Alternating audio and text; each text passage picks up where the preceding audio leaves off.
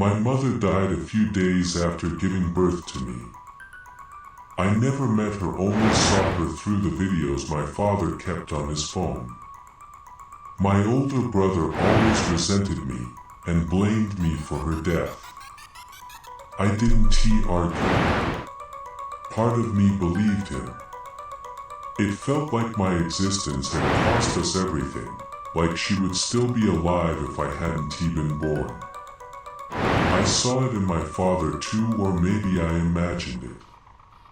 He was always quiet, always distant, carrying a loneliness he never spoke about. He never blamed me, not once, but sometimes silence says more than words ever could.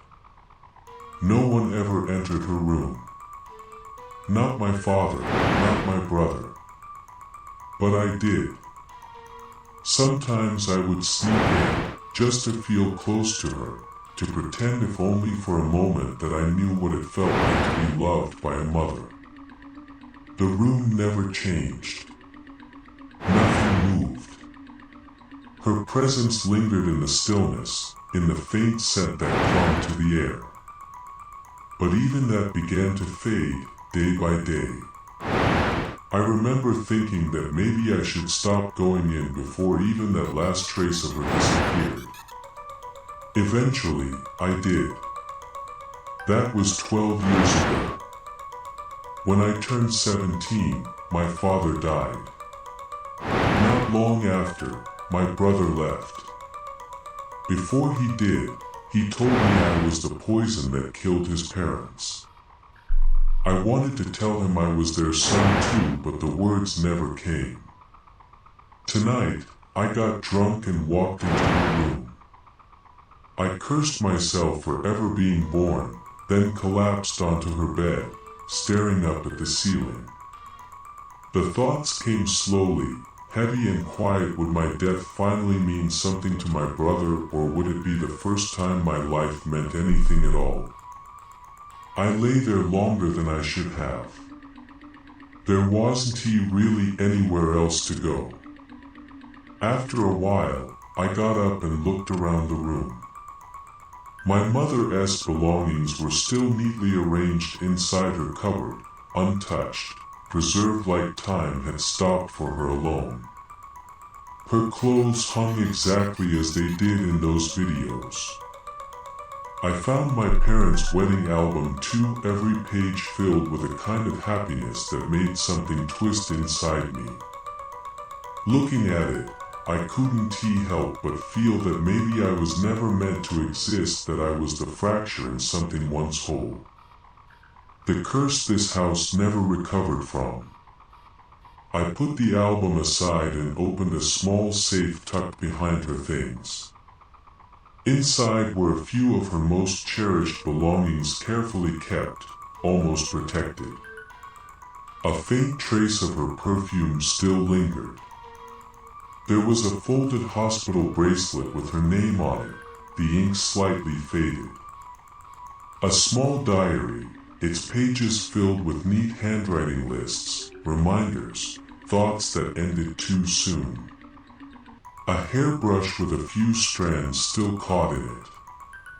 A dried flower pressed between paper, fragile but preserved. Beneath them lay a photograph. My parents and my brother, the day he was born. A hospital room. My mother looked weak, exhausted, but her smile was radiant, full of a quiet, overwhelming joy.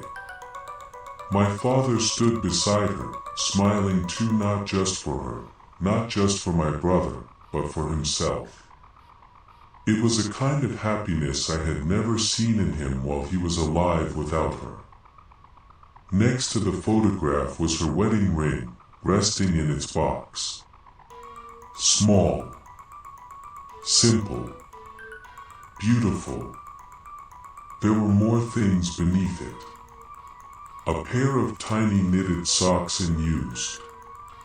A sealed envelope with my father's name on it, never opened. A second hospital tag, smaller. No name on it. Just a date. and under everything her phone. I opened the envelope with my father's name on it and began to read. I wish I could be there for our son's life. I want to see him smile, watch his first steps, see him grow into a man, fall in love, have a family of his own. I wanted to hear him call me Mom. I wanted to hear his voice, but fate is not kind. There is a cruelty in this world that hides behind promises. I love you, Victor. And I love both of our boys. I wish we hadn't made the mistake we did. We wished for our son to be born alive and well. We wished for the family we dreamed of. But I didn't understand then that the wish we chased was fractured. Wrong in a way we could never take back. Our fractured wish might make his life miserable, but he deserves to know the truth. Please tell him or show him what I've left him. He will understand. After all, he is our boy. Tell Ivan I'm sorry for leaving so soon. Tell him to be kind, to be a good big brother to Felix. Do not blame him. I am truly sorry. Take care of them from what is to come. Love, Elena. When I finished reading, my hands didn't feel like mine anymore. I just stood there, staring at the letter confused. I couldn't make sense of all of it, but one thing felt certain, heavy and undeniable. My mother had died so I could live. I really was the cause of all this. Do not blame him. The words echoed in my head, over and over, like they didn't belong to me. I didn't know who they were meant for, my father, my brother, or me.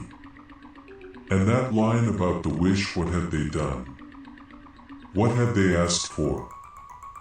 With shaking hands, I picked up her phone and turned it on. The screen lit up slowly, as if it had been waiting. I began scrolling, needing to find something else. Something that could explain what she meant.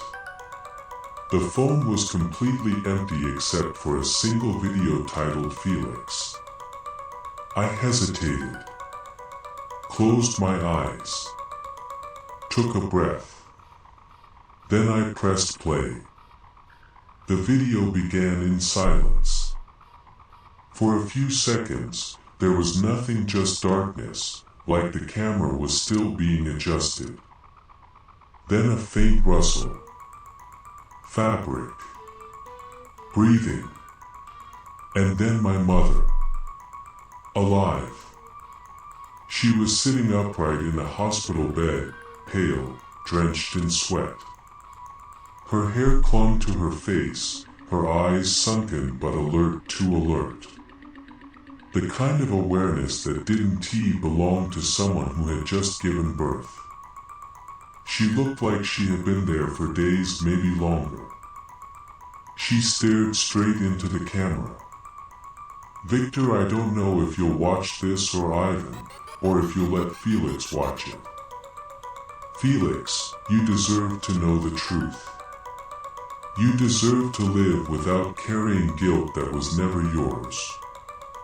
This is your second birth, Felix. You were our first child, but you were born dead. We were devastated. It took us 10 years to have you. Doctors said that it was impossible. We turned to God. Nothing. Then one day it just happened. We thought that waiting was worth it. That God heard our prayers and granted us our wish. Those 9 months were not easy, but we were happy. Our son was going to come into our life, and we were excited to show you how beautiful life can be. We had so much love to give you that we were always thinking about the day you will be born. Yeah, and then you were born dead. I held your cold body in my arms. 9 months and we lost everything. Grief takes you to places you don't understand. We prayed for your peace, for your soul to be free. But somewhere along the way, that prayer changed. I don't even remember when. It became a wish to have you back. Just once. To hold you warm again. Victor cried in silence when he prayed. And I cried in his arms. We forget that when we pray, something else also listens to our prayers. And sometimes that something even answers. That's what happened to us. When that voice came, we answered with grief in our hearts and it hurt us. The next year, I got pregnant again. We thought our wish had been granted. We already knew your name, so we gave it to him. Ivan. He came into our lives like light. We believed everything was finally right again. And then a week ago, 6 years after Ivan's birth, you were born. We called it a blessing, not a wish. But today I saw the mark on you. The exact same birthmark you had the first time. That's when we understood. You are our wish, Felix. But we don't know what Ivan is. He is our son. Your brother. But he was never part of that wish. And we didn't understand it until the answers came to us without us asking. I may look weak after giving birth to you, but this isn't because of you. This is something else. Listen to me carefully, Felix. What I'm about to tell you is very important. Our wish wasn't heard by God. And it wasn't